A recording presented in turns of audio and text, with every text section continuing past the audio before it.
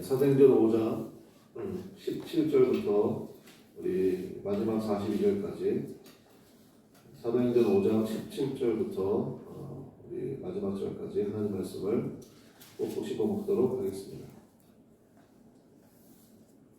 17절부터 하나님 말씀 먹도록 하겠습니다.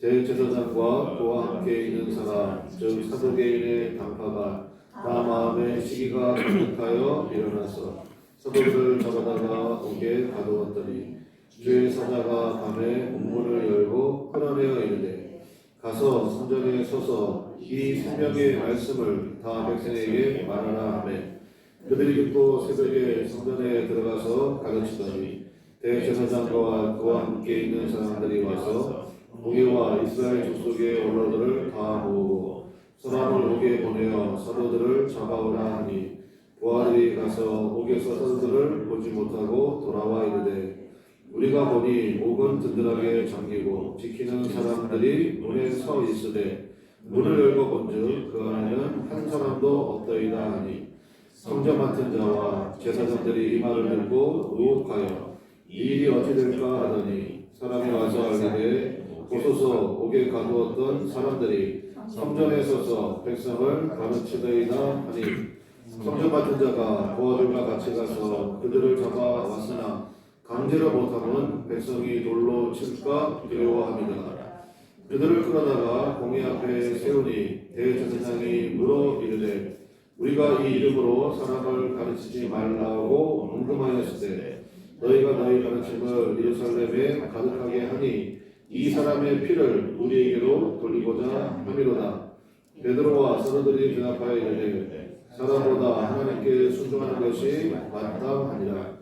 너희가 나무에 달아 죽인 예수를 우리 조상의 하나님이 살리시고 이스라엘에게 회개함과 제사함을 주시려고 그를 오른손으로 높이사 임금과 구주로 삼으셨느니라. 우리는 이 일의 증인이요 하나님이 자기에게 순종하는 사람들에게 주신 성령도 그러하니라 하더라. 그들이 듣고 크게 노하여 사도들을 없이하고자 할세 바리새인 가말리엘은 율법교사로 모든 백성에게 존경을 받는 자라. 고개 중에 일어나 명하여 사도들을 잠깐 밖에 나가게 하고 말하되 이스라엘 사람들아 너희가 이 사람들에게 대하여 어떻게 하려는지 조심하라. 이전에 들어가 일어나 서로 선전하매 사람이 약 400명이나 따르더니 그가 죽임을 당하매 따르던 모든 사람들이 흩어져 없어졌고 그 호적할 때에 갈릴리에 있다가 일어나 백성을 깨어 따르게 하다가 그도 망한즉 따르던 모든 사람들이 흩어졌느니라. 이제 내가 너희에게 말하노니 이 사람들을 상관하지 말고 버려두라.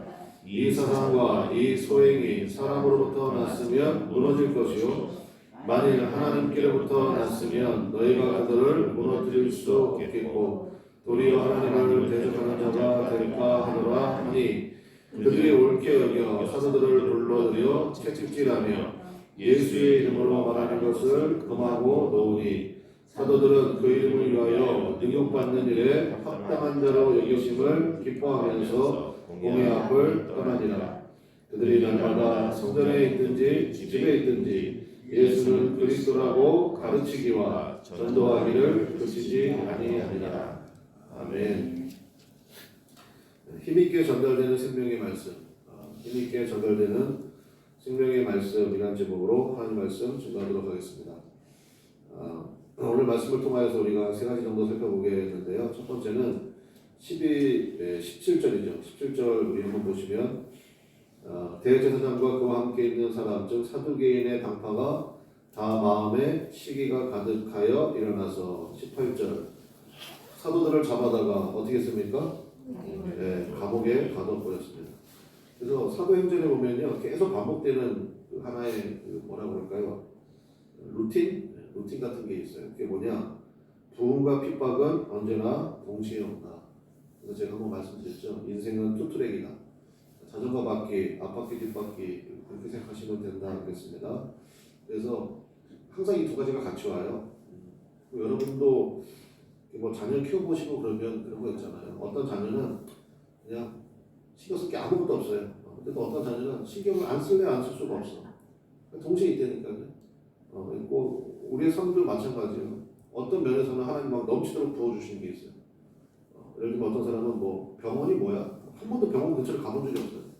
근데 예를 들어서 참 삶은 참 궁핍할 수도 있고 또 반대 경우도 있겠죠. 뭐 교회도 마찬가지고 모든 인생이 마찬가지라는 것입니다. 이게 언제나 동시에 온다라는 것, 이거를 우리가 잊으면 안 돼요. 그러면 이거를 딱 받아들이는 순간 우리의 삶에 어떤 일이 벌어지겠습니까? 요동침이 없습니다. 근데 이거를 받아들이지 못하잖아요. 그러면 업다운이 심해요. 막 부흥이 오고 막 은혜를 받아요. 그러면 막 할렐루야, 막 감사하고 막 기뻐하죠. 근데 또 그 다음에 핍박이 오네. 분명히 어제 은혜 받았는데 오늘 왜 이렇게 내 삶이 어려움이 오지? 막 이거 막 전화해가지고 막 내 속을 뒤집어 놓는다든지 막 이런 일이 벌어진다고요. 그러면 또 그냥 푹 가라앉아가지고. 근데 이걸 깨달아야 된다고요. 부흥과 핍박은 언제나 동시에 온다. 투트랙이다. 우리가 주님 앞에 가는 날까지 이거는 항상 같이 온다. 그거를 우리가 다 받아들이면 요동침이 없겠죠. 부흥이 올 때, 또 핍박이 올 때. 그럼 어떻게 하면 되느냐? 부흥이 올 때는요, 열심히 생각하면 됩니다. 주신 은혜가 있잖아요. 하나님이 주시는 힘이 있는 거 아닙니까? 그럴 때는 열심히 전담하면 돼요. 열심히 생각하면 된다고. 핍박이 왔습니다. 그럼 어떻게 하면 됩니까? 그때는 기도와 묵상하면 돼요. 그때는 정리하는 시간이에요. 이거를 제일 잘하는 사람이 누구냐? 사도 바울이에요. 사도 바울이 1차, 2차, 3차 전도여행 가잖아요. 여러분 뭐 인터내셔널에 찾아보면요.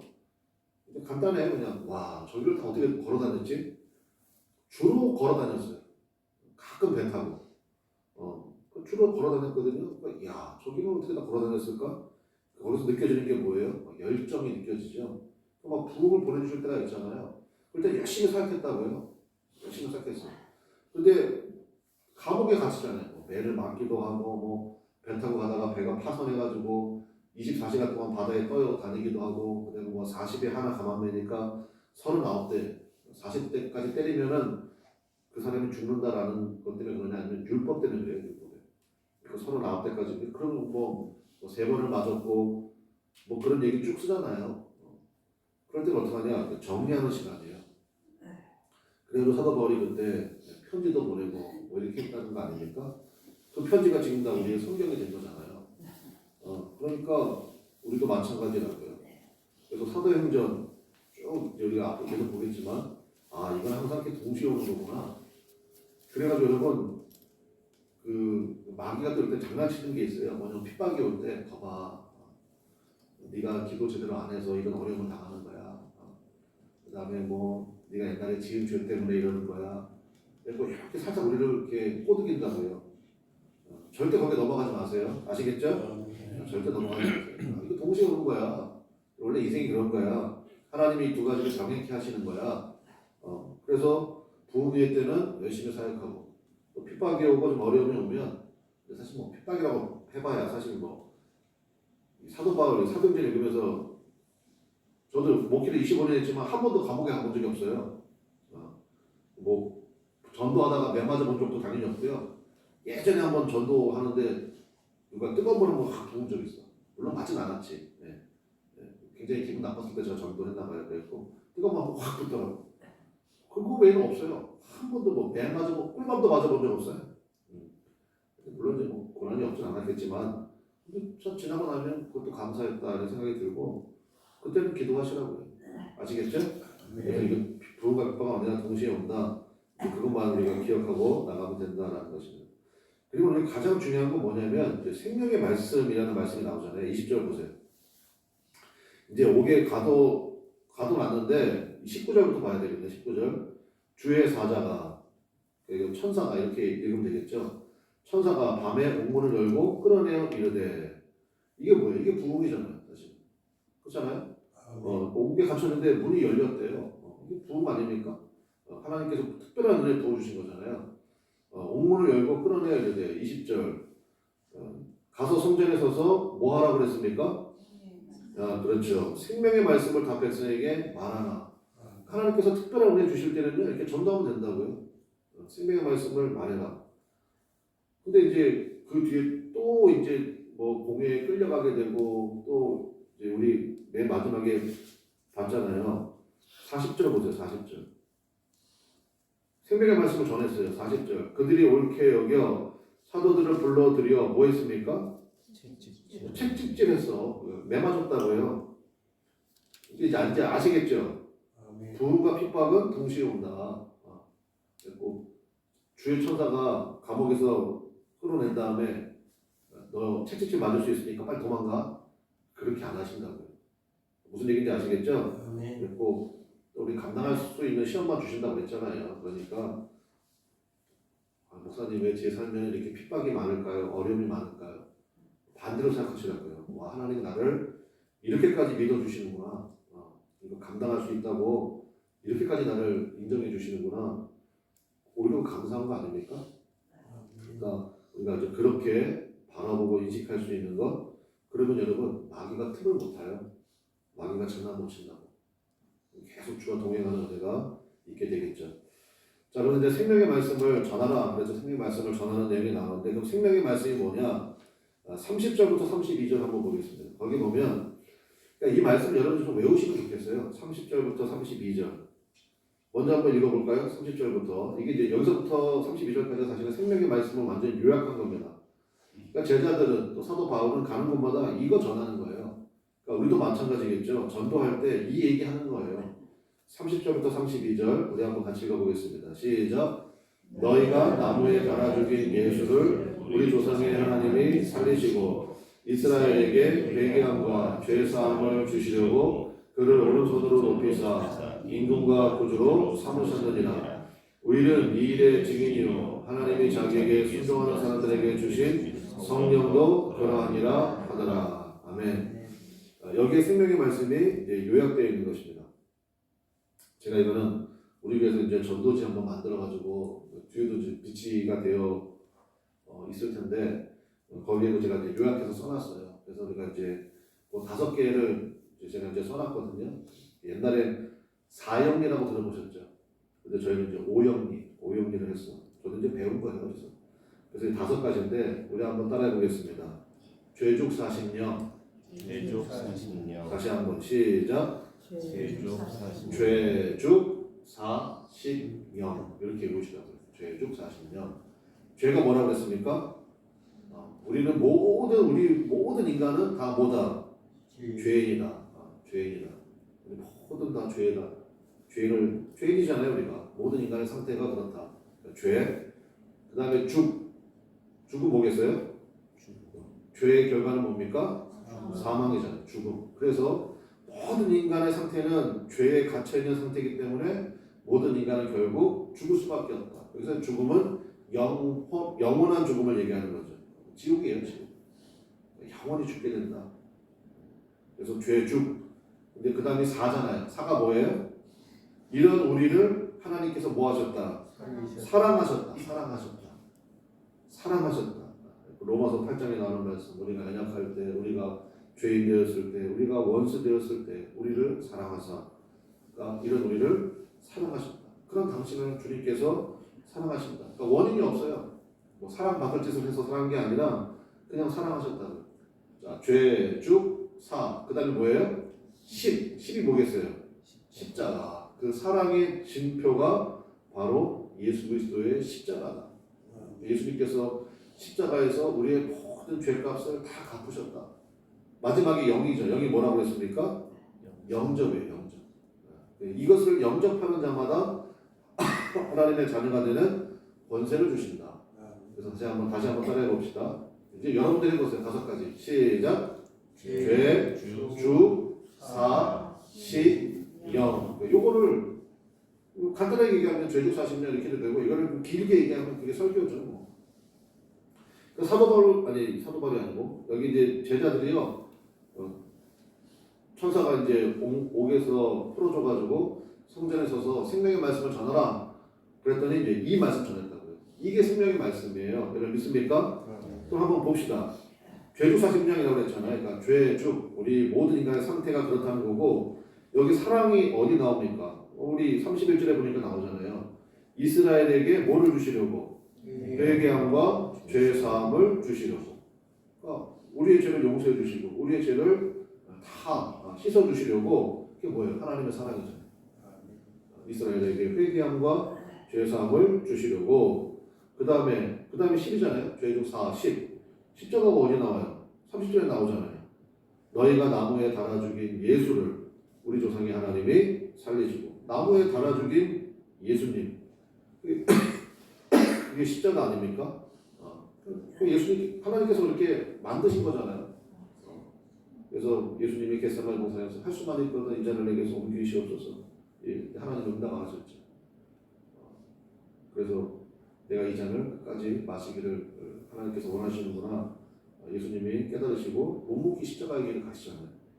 그래서 나무에 달아 죽인 예수, 그게 바로 예수님의 십자가, 그거를 얘기하는 거고. 그 다음에 31절 끝에 보면 그렇게 예수님이 죽으셨잖아요. 그런데 하나님께서 그를 오른손으로 높이사, 이게 부활이잖아요. 높이사, 그 다음에 뭐라고 되어 있습니까? 오른손으로 높이사, 그 다음에 뭐라고 되어 있죠? 임금과 구주로 삼으셨느니라. 이 임금과 구주가 한마디로 얘기하면 그게 그리스도라는 뜻이에요. 그래서 우리가 예수 그리스도, 그러니까 사실은 예수라고 할 때는 예수님의 십자가가 강조된 거고요. 그리스도라고 할 때는 예수님의 부활이 강조된 거예요. 그래서 예수 그리스도. 주는 나의 그리스도시요, 그럼 당신은 나의 임금님이십니다. 나의 구세주이십니다. 이제 그 고백이잖아요. 임금과 구주로 삼으셨다. 그 다음에 제juk 40영이잖아요. 그 영이 뭐예요? 32절에 나오죠. 32절 보겠습니다. 우리는 이 일의 증인이요 하나님과 자기에게 뭐하는 자? 순종의 영접이죠. 순종하는 자들에게 주신 뭡니까? 성령. 그래서 제juk 40영. 제juk 40영. 그렇게 하면 이제 하나님께서 성령으로 당신과 늘 함께 하십니다. 그러면 성령께서 큰 은혜 부어주실 때는 감사하면 되고, 열심히 사역하면 되고, 또 성령께서 기도하게 만드실 때는 기도하면 되고, 주님 바라보면 되고, 또 나의 삶을 좀 정리도 좀 해보고, 그래야지 더 깊어지고 넓어지는, 그렇게 주님 앞에 쓰임받는 일들이 나타나게 된다. 그래서 30절부터 32절 이거 하고 그 다음에 제가 말씀드린 죄중 40년 이거 딱 연결시켜가지고요. 이런 말씀들은 여러분들이 이제 잊어버리시면 안 돼요. 예수 믿으세요? 예수 믿는 게 뭐예요? 죄중 40년 이렇게 딱 해도 되고, 여기 있는 것처럼 우리 인간은, 모든 사람은 다 죄인입니다. 그거 다 끄덕이거든요. 들통만 안 났을 뿐이지 다 죄인이잖아요. 죄의 결과는 죽음입니다. 모든 인생 다 죽잖아요. 죽음에는 세 가지가 있다. 육체의 죽음이 있고, 영혼의 죽음이 있고, 영원한 죽음이 있다. 그러니까 우리 예수 믿는 사람들은 육체의 죽음만 있는 거잖아요. 살았다나 이미 죽은 자로다. 영혼이 이미 죽어있는 사람들 많아요. 그 사람들에게로 전도하는 거예요.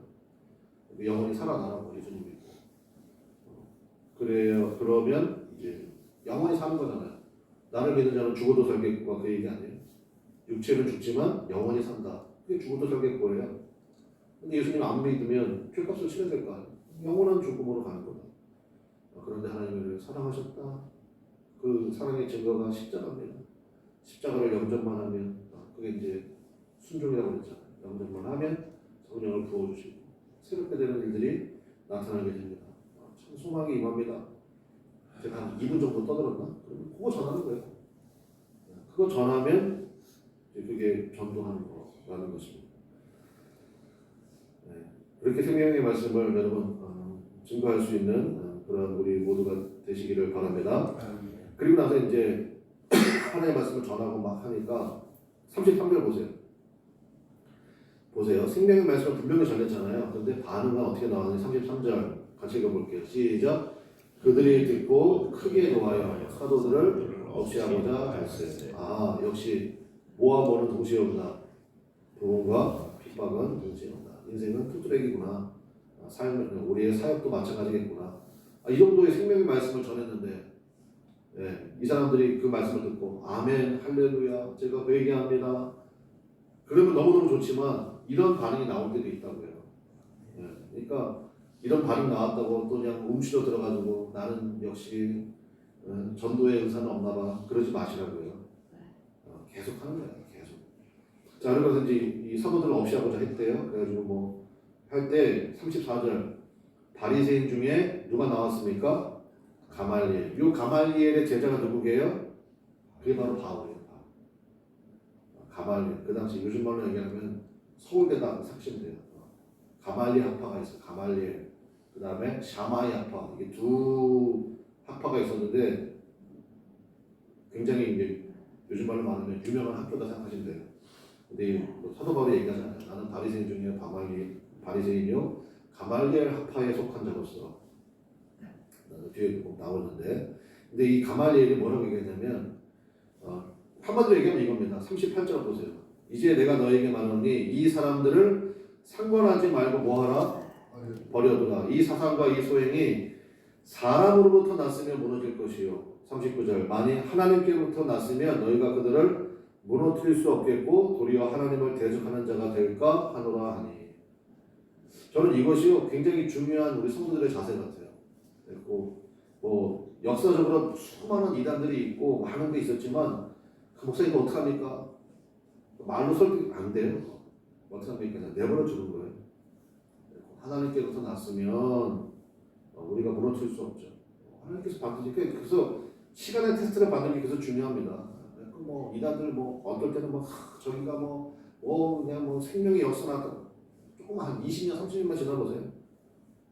그냥 흔적도 없이 사라져 버려요. 그냥 써져 버리고 그냥 상상하지 말고 내버려 두라. 그래서 뭐 뒤에 위에 뭐 드다라는 사람, 그다음에 갈릴리 유다라는 사람 이런 거 있었지 않느냐. 근데 지금 뭐 흔적도 없이 살았잖아. 그러니까 그냥 상관하지 말고 내버려 둬. 정말 이게 되게 중요한 우리에게 좀 인사이트를 주는 것 같아요. 자, 결론 맺겠습니다. 자, 이제 텍스트 좀 맞았어요. 네, 맞고. 자, 41절 읽어봅시다. 41절 시작. 사도들은 그 이름을 위하여 능력받는 일에 합당한 자로 여기심을 기뻐하면서 공의 앞을 떠나니라. 아멘. 그러니까 이제 매 맞았잖아요. 그럼 여러분들 같은 거 어떻게 하겠어? 이제 다시는 안 해. 이럴 수 있잖아요. 그런데 성령께서 함께 하시니까 기뻐했대요. 기뻐했대요. 여러분 이 은혜가 우리 그나무 아래 이 교회에 차고로 넘치시기를 주님의 이름으로 간절히 축원합니다. 아멘. 그러면요 마귀가 진짜 무서워하는 교회입니다. 마귀가 진짜 무서워하는 교회. 저 교회는 건들면 안 되겠다. 저 교회 성도들, 저 교회 권사님들은 건들면 안 되겠다. 왜냐 매를 맞았는데 기뻐하잖아요. 예수님 때문에 매 맞았다는 사실 너무너무 기쁘고 감격스럽고. 그래서 42절 그들이 그다음 뭐라고 되어 있습니까? 이게 중요합니다. 하나님이 기쁨을 공급하시잖아요. 그러면 우리가 뭐 할 수 있는 힘이 생긴다. 날마다 할 수 있는 힘이 생겨요. 했다가 안 했다가 안 했다가 했다가 교회로 나왔다가 안 나왔다가 이게 아니라 날마다 유동침이 없어요. 날마다 성전에 있든지 집에 있든지 예수는 뭐라고? 그리스도, 예수님이 임금님이 되시고 나의 구주가 되신다 라고 가르치기와 전도하기를 그치지 않느니라. 이거 한 가지만 말씀드리겠습니다. 가르치기, 쉽게 얘기하면 우리가 식당으로 얘기해 볼게요. 여러분 어디 가서 맛있는 맛집을 발견했어요. 그래서 이제 목사님께 와가지고 목사님 제가 어디 가서 먹었는데 너무너무 맛있어요. 저랑 한번 같이 가시죠. 요거는 가르치는 걸까요? 전도하는 걸까요? 이건 전도하는 거예요. 근데 가서 먹어보니까 진짜 너무 맛있는 거야. 그래가지고 진짜 철판 깔고 요리사한테 찾아가가지고 너무 맛있습니다. 혹시 저한테 비법을 가르쳐 줄 수 있나요? 하도 좋으니까 그분이 예를 들어서 가르쳐 줬다고 칩시다. 그러지 않겠지만 그리고 나도 이제 비슷하게 만들 수 있어. 그럼 뭐 하는 거예요? 그건 가르치는 거예요. 내가 먹어봤더니 너무 맛있어가지고요. 저도 이제 비슷하게 이렇게 만들 수 있어요. 라고 하는 거, 그건 가르치는 거예요. 사실 교회는 두 가지가 다 있어야 될 것 같아요. 그래서 우리 교회에서 한동안 열심히 했던 거 있잖아요. 예수님의 사랑. 그거는 가르치는 거잖아요. 쉽게 말하면 레시피를 주는 거잖아요. 이건 이렇고, 이건 이렇고, 이럴 땐 이렇게 해야 되고. 그래서 예수님의 사랑이라든지 또 우리 사모님을 통해서 했던 마더 와이즈라든지 그런 걸 열심히 가르치는 거. 이게 있어야 되죠. 반면에 그냥 전도하는 것도 있어야 돼요. 먹어봤더니 너무 맛있는 거야. 새벽 예배 요즘에 내가 새벽 예배 하는데 너무 은혜가 돼. 권사님도 집사님도 같이 새벽 예배 하면 좋겠어. 이거는 뭐 하는 거예요? 전도하는 거잖아요. 이게 전도예요. 두 가지 같이 하시는 거예요, 항상. 가르칠 때는 오늘 배운 거 제주사 심령하고. 오늘 설교가 좀 길었네. 죄송합니다. 근데 어쨌든 중요한 거니까 좀 이렇게 했어요.